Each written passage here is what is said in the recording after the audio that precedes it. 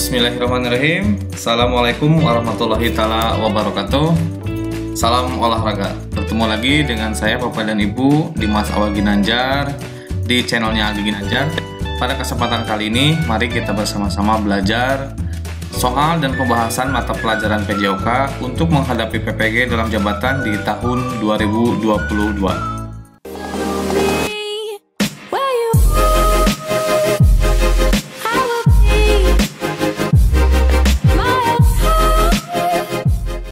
Seperti yang sudah saya sampaikan di video sebelumnya, bahwa untuk instrumen pretest PPG di tahun 2022 ini ada 4 subtes, di mana subtes yang pertama itu adalah tes potensi akademik, pedagogi, bidang ilmu atau profesional, serta bakat dan minat.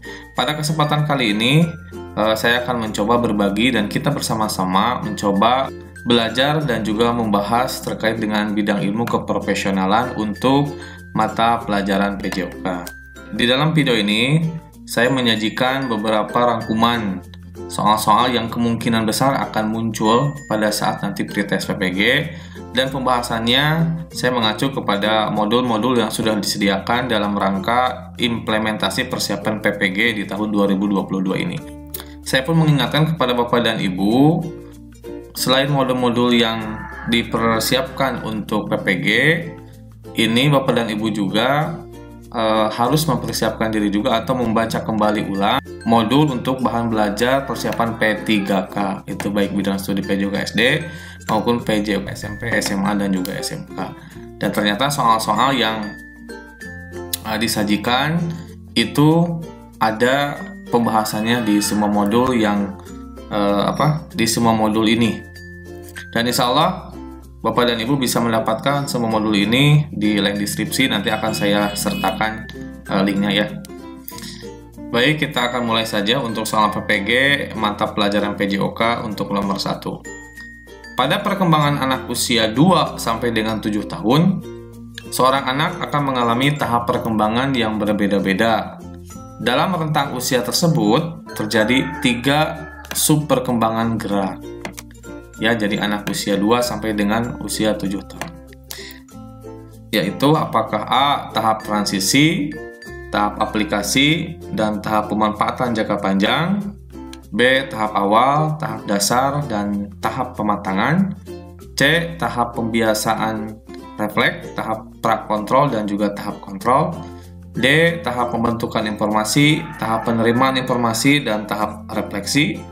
Apakah E. tahap pengenalan, tahap dasar, dan juga tahap pematangan? Jawaban yang tepat adalah E, yaitu tahap pengenalan, tahap dasar, dan juga tahap pematangan. Pembahasannya itu ada di dalam modul, bahwa di sini di modul tersebut itu sudah dijelaskan dan juga sudah dibahas terkait dengan tahapan perkembangan gerak dimulai dari rentang usia, atau perkembangan gerakannya apa, terus untuk tingkat pendidikannya itu pendidikan jenjang apa. Jadi berdasarkan soal nomor 1, usia 2-3 tahun itu mengalami tahap 2-3 tahun itu mengalami tahap pengenalan, tahap dasar, tahap pematangan, yaitu di jawaban yang nomor E. Soal nomor 2. Pendidikan jasmani merupakan bagian integral dari pendidikan secara keseluruhan melalui berbagai kegiatan jasmani yang bertujuan mengembangkan secara organik, neuromuskuler, intelektual, dan emosional. Dengan demikian, seyogianya dalam tujuan pembelajaran Penjas, guru PJOK sebaiknya lebih fokus kepada A.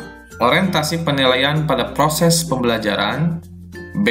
Orientasi penilaian pada hasil pembelajaran, C. Orientasi penilaian pada aktivitas gerak, D. Orientasi penilaian pencapaian prestasi olahraga, ataukah ini E ya, ataukah E itu orientasi penilaian pada sikap dan keterampilan.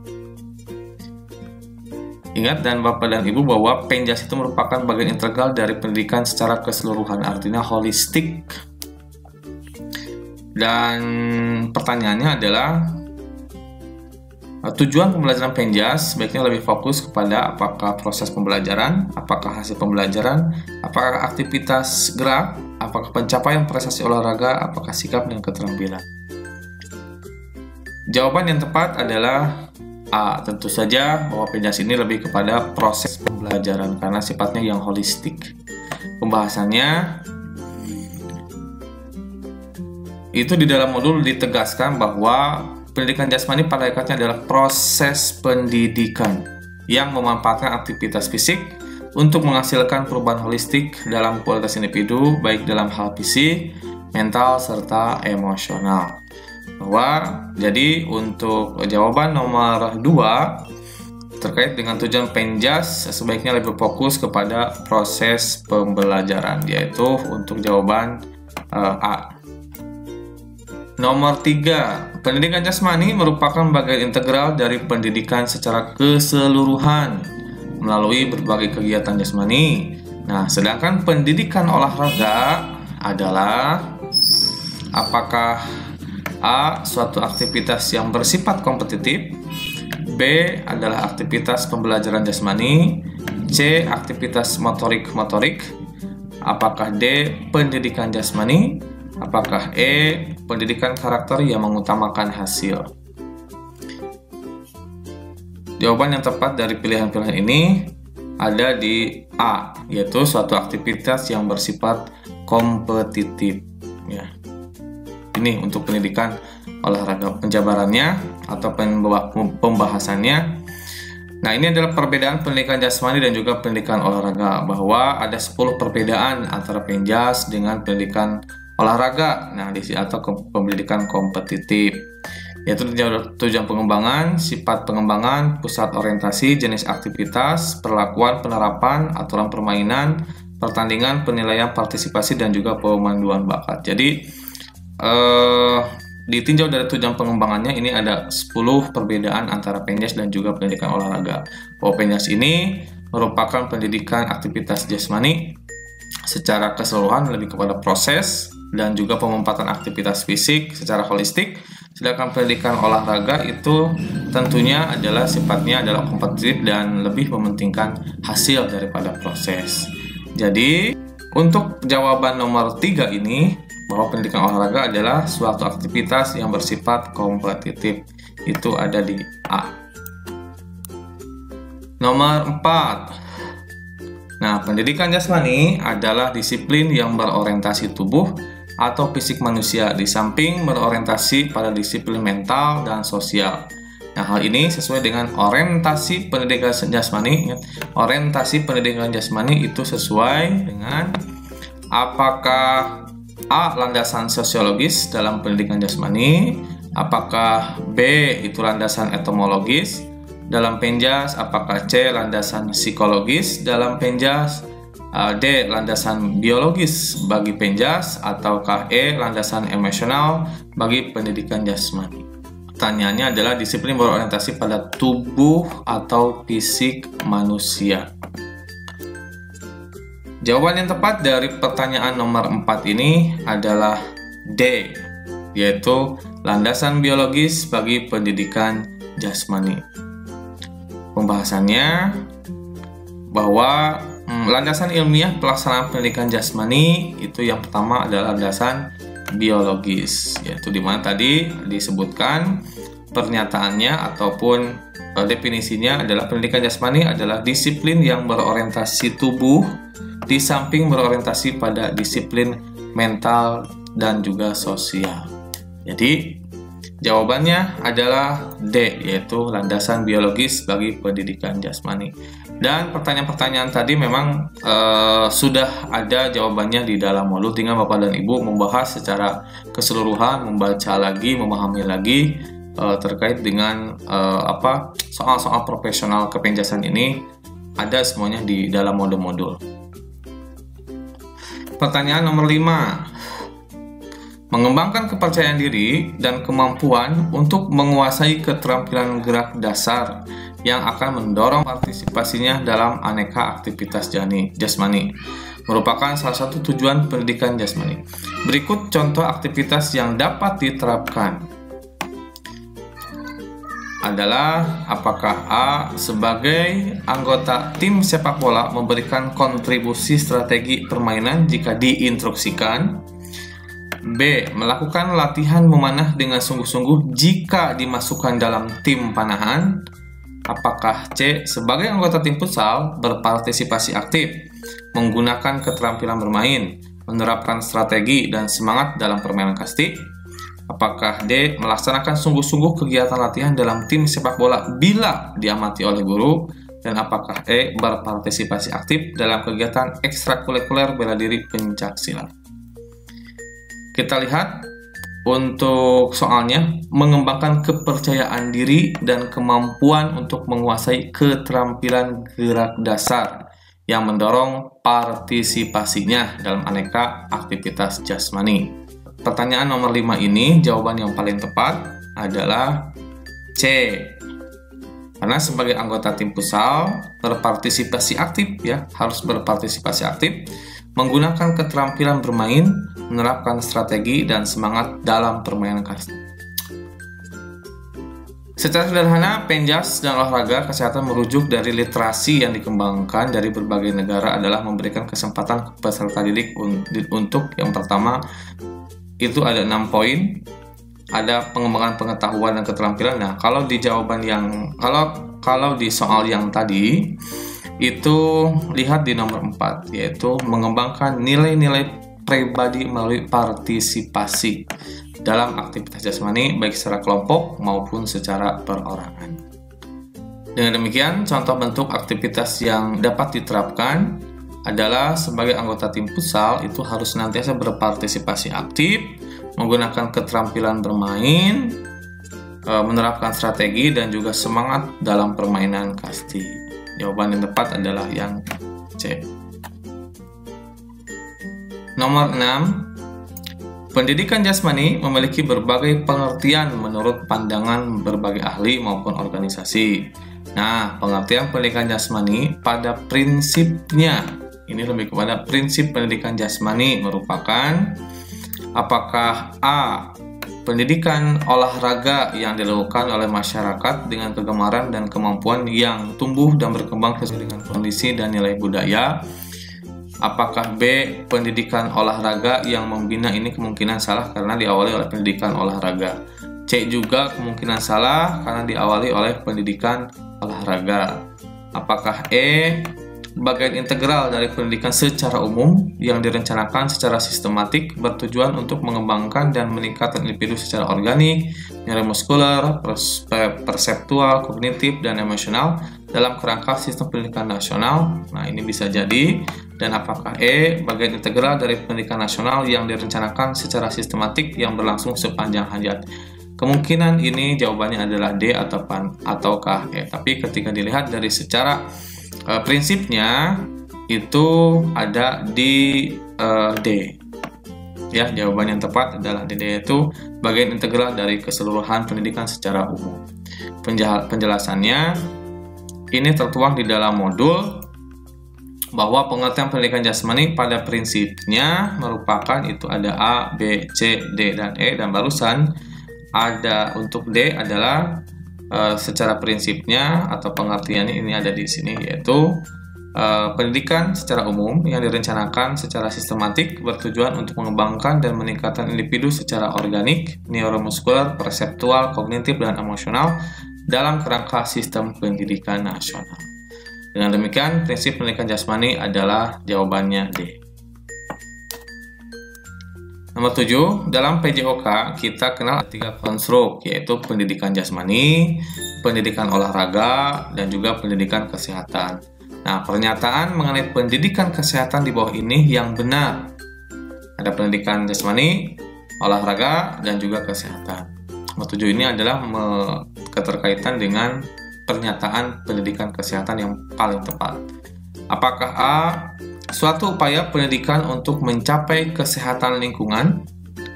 Apakah B. pendidikan yang mengutamakan kesehatan? C. upaya mempelajari bagaimana menciptakan kesehatan diri? D.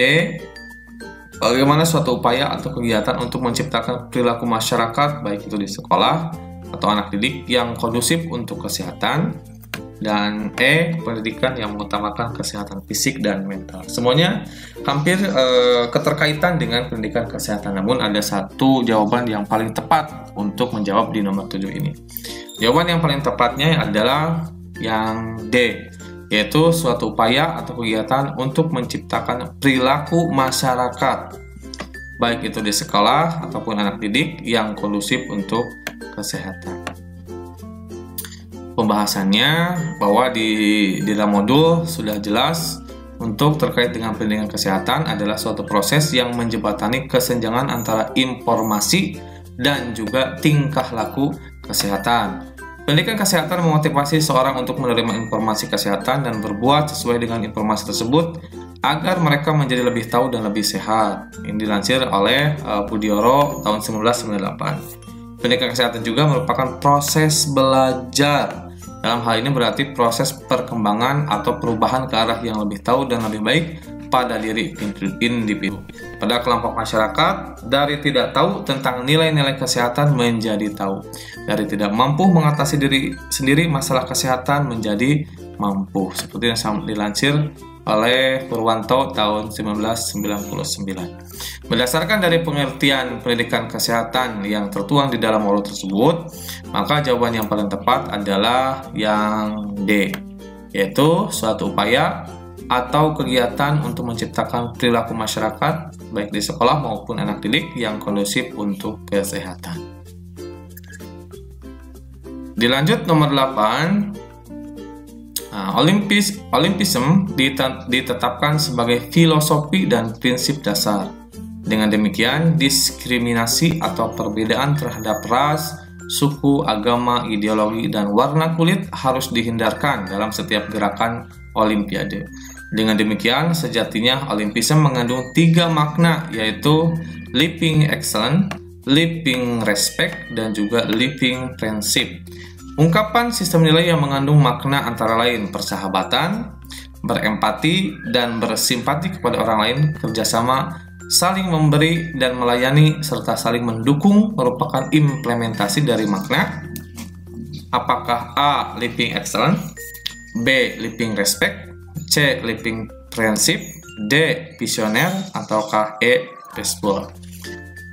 Di dalam soal itu sudah dijelaskan bahwa ada 3 ya, excellent, respect, dan juga living friendship. Kalau ini itu sudah pasti salah. Dilihat dari pernyataan juga bahwa pengertiannya adalah mengandung makna persahabatan, berempati. Kalau dia pengertiannya living friendship itu kan artinya sahabat.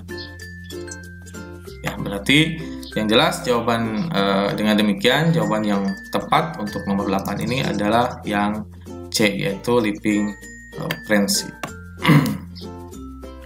Pembahasannya itu tertuang juga di dalam modul bahwa sejatinya Olimpisme mengandung makna sebagai berikut. Ada tadi juga ada living excellence, pengertiannya ini living respect, yaitu pengertiannya saling menghargai diri dan juga orang lain. Dan yang terakhir ada living friendship yang mengandung nilai tadi persahabatan, berempati, dan bersimpati kepada orang lain, kerjasama, saling memberi, melayani, dan juga saling mendukung. Yang demikian, implementasi dari soal nomor 8 adalah living friendship. Nomor 9. Menurut International Olympic Committee atau IOC, ada 7 nilai-nilai Olimpiade atau Olimpisme sebagai filosofi. Mengandung arti, tidak ada pembedaan dalam hal ras, suku, agama, ideologi, dan juga warna kulit, serta merupakan usaha untuk menciptakan perdamaian dunia.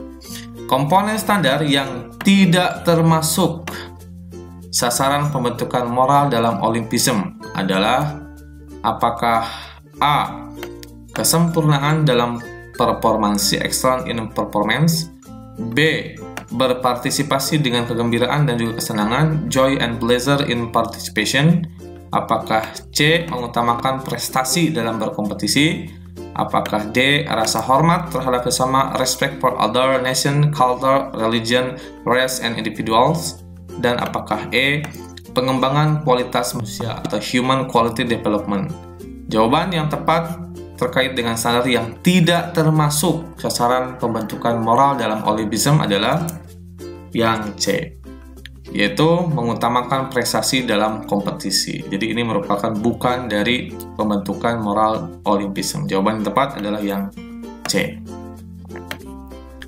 Pembahasannya itu ada di dalam modul bahwa menurut IOC ada 7 nilai-nilai Olimpiade sebagai filosofi. Yang pertama adalah kesempurnaan dalam performance, yang kedua berpartisipasi dengan kegembiraan dan kesenangan, C, kejujuran dalam berkompetisi, 4, rasa hormat terhadap sesama, 5, pengembangan kualitas manusia, 6, belajar secara bersama dan terpadu, dan 7, kedamaian antar bangsa. Dengan demikian, komponen standar yang tidak termasuk sasaran dalam pembentukan moral dalam Olimpisme di nomor ini adalah yaitu mengutamakan prestasi dalam berkompetisi. Iya, baik Bapak dan Ibu, kita masuk ke dalam pertanyaan bonus. Ini di nomor 10. Pertanyaannya adalah ada 4 konsep komponen dalam memberikan materi PJOK di sekolah. Ada 4 konsep komponen. Apakah A, komponen anorganik, neuromuskular, emosional, dan fiskal? Apakah B, komponen neuromuskular, intelektual, emosional, dan organik? C, komponen intelektual, anorganik, daya tahan, dan kecepatan? D, komponen emosional, power, anorganik, dan emosional? E, komponen organik, intelektual, body composition, dan emosional? Juga E. Silakan dijawab di kolom komentar. Di pertemuan berikutnya kita akan bahas bersama-sama.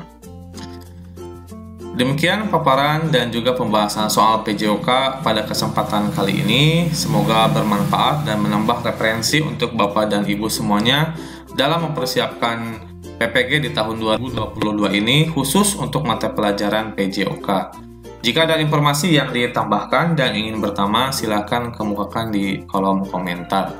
Insya Allah minggu depan kita bertemu lagi, atau video selanjutnya kita akan bertemu lagi masih membahas soal-soal PJOK untuk persiapan PPG di tahun 2022 berdasarkan kisi-kisi dan juga modul yang sudah disediakan.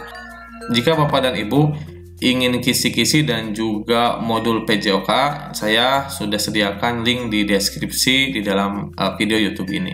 Jika ada hal yang bermanfaat, itu datangnya dari Allah Subhanahu wa Ta'ala. Jika ada kesalahan, jujur itu adalah kesalahan dari pribadi saya sendiri. Terima kasih atas perhatiannya. Semoga sukses Bapak dan Ibu. Kita kembali lagi di video selanjutnya. Billahi taufiq wal hidayah. Assalamualaikum warahmatullahi wabarakatuh.